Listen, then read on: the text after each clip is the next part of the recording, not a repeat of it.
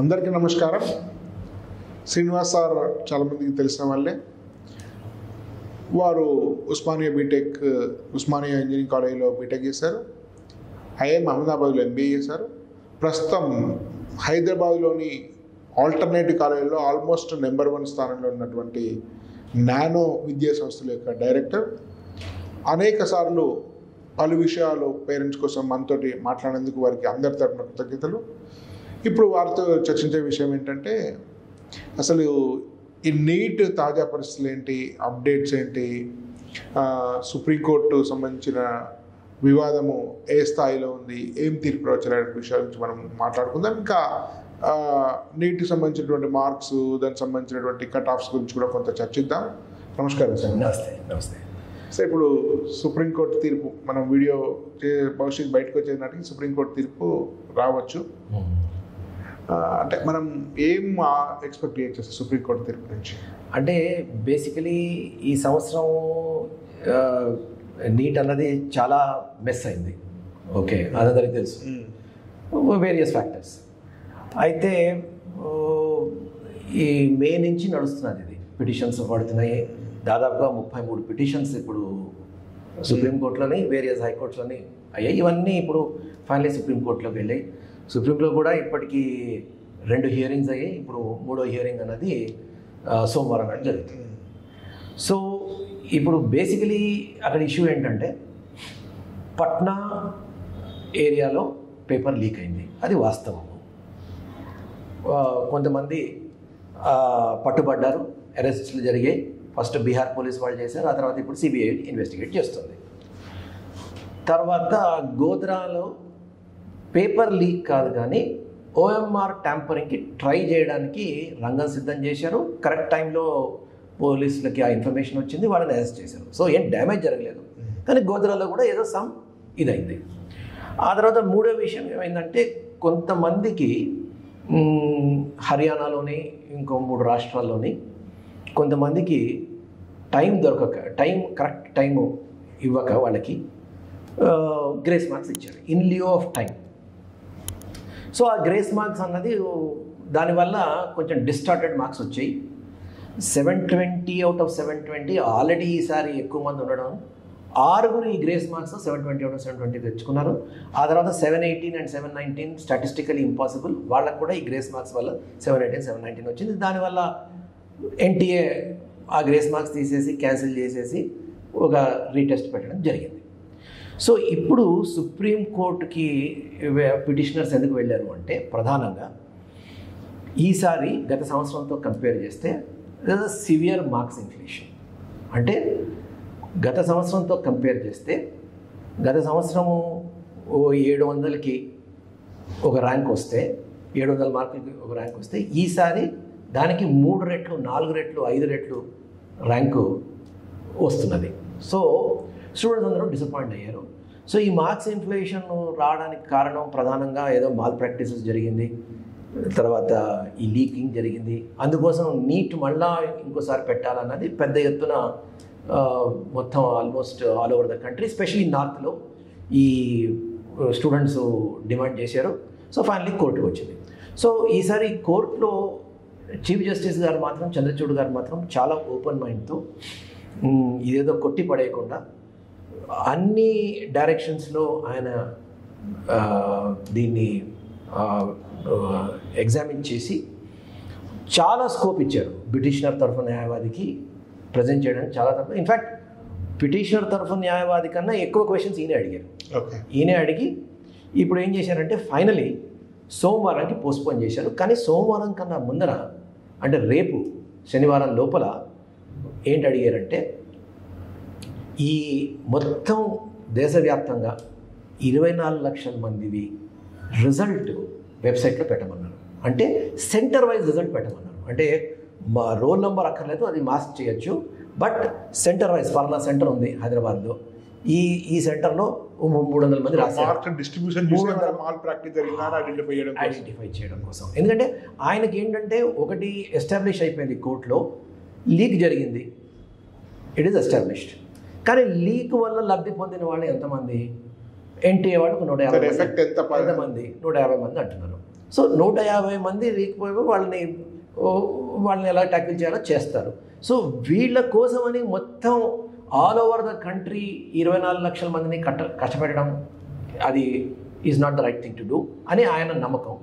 కాకపోతే at the same time ఇంత marks inflation ఉంది, సో ఇందులో ఏదైనా నిజంగా వీళ్ళు డిటెక్ట్ చేయకుండా ఏదైనా ఇంకేమైనా జరిగిందా, he wants to give scope for that. So అందుకోసం ఫైనల్గా ఆయన ఏమన్నారంటే ఈ డిస్ట్రిబ్యూషన్ అయితే మీరు పెట్టండి పబ్లిక్ డొమైన్లో, సో అందులో ఏదైనా ఎక్కడైనా అడ్డగోలుగా మార్క్స్ వచ్చాయి అంటే దెన్ ఆ ఎఫెక్ట్ మండే నాడు ఉంటుంది. కానీ నన్ను అడిగితే సోమవారం నాడు ఇది మంచిదే. నన్ను అడిగితే ఎన్టీఏ వాళ్ళు ఇప్పటి వరకు ఇన్ఫర్మేషన్ పాస్ ఆన్ చేయకుండా చాలా ట్రై చేశారు. I don't know why. వాళ్ళు పబ్లిక్ డొమైన్లో ఇవి పెట్టేసి ఉంటే మనకి ఈ బాధలు ఉండేవి కావు. ఎందుకంటే దాచడానికి ఏం లేదు. సో ఓపెన్గా ఈ ఫలానా సెంటర్లో ఇన్ని మార్క్స్ వచ్చాయి, ఈ డిస్ట్రిబ్యూషన్ ఎలా ఉంది అంటే పీపుల్ విల్ నో. సో అది చేయకుండా ఇప్పటివరకు దాచారు. సో ఇప్పుడు now they are force to do it. So దీనివల్ల ఎన్టీఏ కూడా స్ట్రెంగ్తన్ అవుతుందని నా నమ్మకం. సో మండే నాడు ఏం జరగబోతుంది అంటే ఈ డిస్ట్రిబ్యూషన్ ఒకటి ఉంటుంది. తర్వాత మొన్న కూడా చాలా హింట్స్ ఇచ్చారు. నిన్న జరిగిన హియరింగ్లో కూడా చాలా హింట్స్ ఇచ్చారు చంద్రచూడ్ గారు. సో ఆయన బేసిక్ ఫిలాసఫీ ఏంటంటే ఒకవేళ ఒకటే చోట ఓన్లీ పట్నా హజారీబాగ్లోనే అయ్యి ఉంటే రీనీట్కి అయితే అవకాశం లేదు. అండ్ ఒకవేళ లార్జ్ స్కేల్ విస్తృతంగా లీక్ అయింది అంటే మాత్రం ఇప్పుడు చూద్దామని. సో యాజ్ ఆఫ్ నౌ రీనీట్కి అయితే ఛాన్సెస్ చాలా చాలా తక్కువ అని చెప్పాలి. అన్లెస్ ఈ రేపు వచ్చిన మార్క్స్ డిస్ట్రిబ్యూషన్ ఏదైనా అడ్డగోలుగా నార్మల్గా ఎక్కడైనా ఉంటే తప్పితే ఏది ఉండదు అని నేను అనుకుంటాను. సార్ యాక్చువల్లీ ఇప్పుడు చాలామంది ఏంటంటే ఇన్ని మార్కులు వస్తే సీట్ గ్యారంటీ అని ఒక అంచనా ఉండేది లాస్ట్ ఇయర్. బహుశా లాస్ట్ ఫ్యూ ఇయర్స్ కూడా బహుశా అంతే ఉండేది, కాస్త కట్ ఆఫ్ అటు ఇటుగా. బట్ ఈసారి మాత్రం మార్క్స్ చాలా వచ్చినాయని సంబరపడ్డారు స్టూడెంట్స్. బట్ నిజంగా చాలా మార్క్స్ వచ్చిన వాళ్ళు కూడా సీట్ రావడం లేదు అని అంటున్నారు. అసలు ఈ మార్క్స్ డిస్ట్రిబ్యూషన్ అనూహ్యంగా చాలా పెరిగిపోయింది. ఎక్కువ అంటే యావరేజ్ మార్కులు లాస్ట్ ఇయర్ కంటే చాలా ఎక్కువ ఉండొచ్చు. ఈ మార్క్స్ డిస్ట్రిబ్యూషన్ ఇంత పెరగడం కోసం రీజన్ ఏమై ఉండొచ్చు? అదే 2-3 కారణాలు ఉన్నాయి. కానీ ఇవి నేను చెప్తే చాలా అన్పాపులర్ అవుతాను నేను. ఎందుకంటే చాలామంది ఇదంతా లీక్ వల్ల అయింది అనుకుంటున్నారు, నమ్మేవాడు చాలామంది ఉన్నారు. బట్ కొంచెం మనం అన్బయాస్గా ఆలోచిస్తే 2-3 కారణాలు ఉన్నాయి.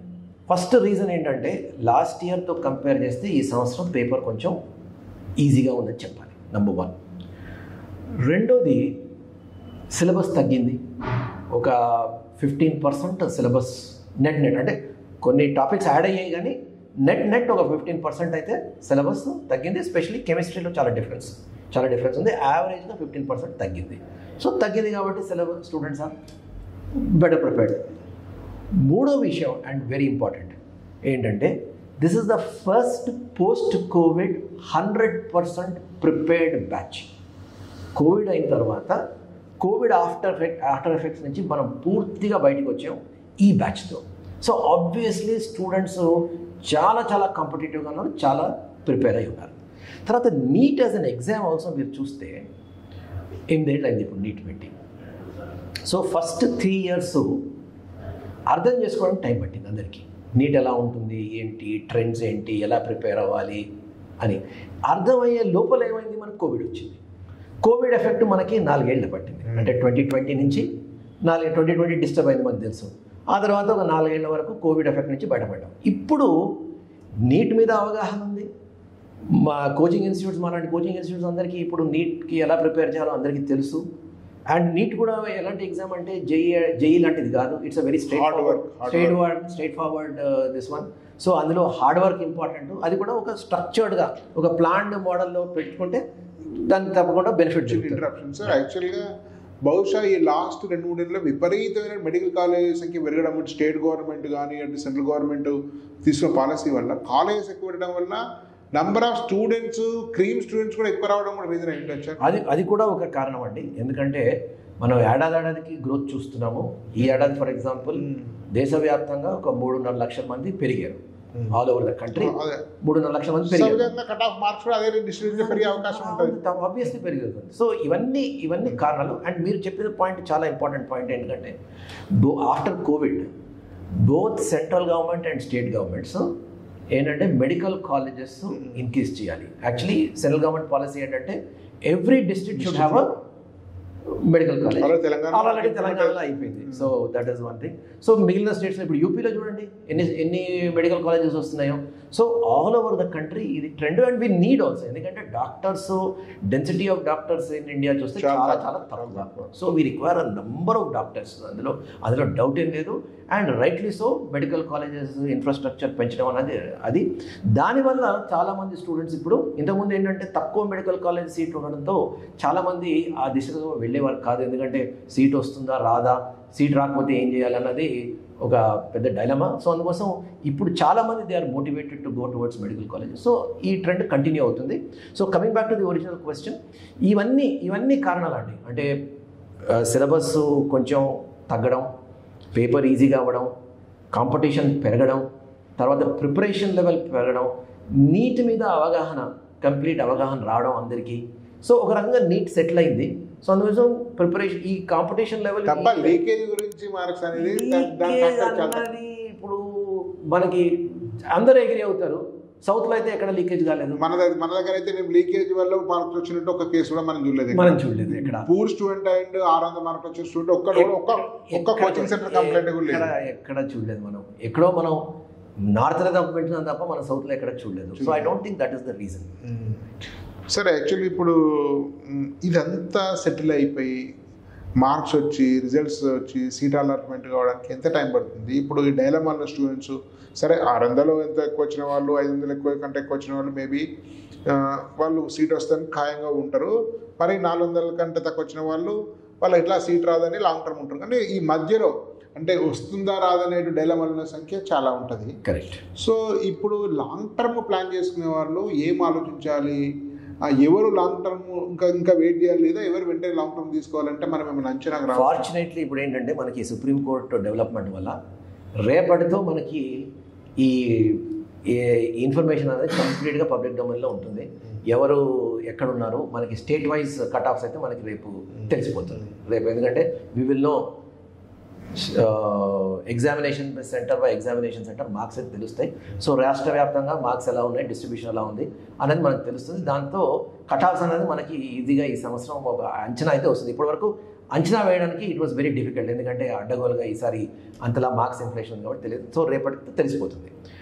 రెండోది, లాంగ్ టర్మ్ అనుకునే వాళ్ళు ఇమ్మీడియట్గా అసలు యాక్చువల్లీ ఇప్పటివరకు కూడా టైం వేస్ట్ చేసుకోకుండా ఇమ్మీడియట్గా స్టార్ట్ చేసేయాలి.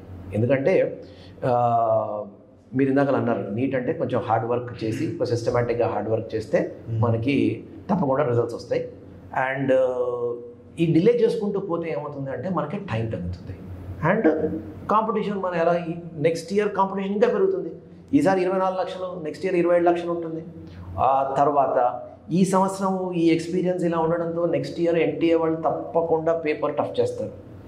ఈసారి అంత ఈజీగా ఉండదు. So student has to be well prepared స్టూడెంట్కి డెఫినెట్గా it will make a huge difference. So అందుకోసం లాంగ్ టర్మ్ ఎవరైతే అనుకుంటున్నారో ఇమ్మీడియట్గా టైం వేస్ట్ చేసుకోకుండా ఇమ్మీడియట్గా దే హ్యావ్ టు స్టార్ట్. ఈ కౌన్సిలింగ్ ప్రాసెస్ కూడా పెద్ద టైం లేదు. ఎందుకంటే ఇమ్మీడియట్గా ఆల్ ఇండియా కోటాకి కౌన్సిలింగ్ అయితే ఇమ్మీడియట్గా స్టార్ట్ అయిపోతుంది. అండ్ ఈసారి ఏమంటున్నారంటే సైమల్టేనియస్ కౌన్సిలింగ్ ఉంటుంది. సో అందుకోసం నెక్స్ట్ 1.5 మంత్లో మనకి ఫుల్ క్లారిటీ అయితే వచ్చేస్తుంది ఇన్ టర్మ్స్ ఆఫ్ కౌన్సిలింగ్ అవ్వడం అది.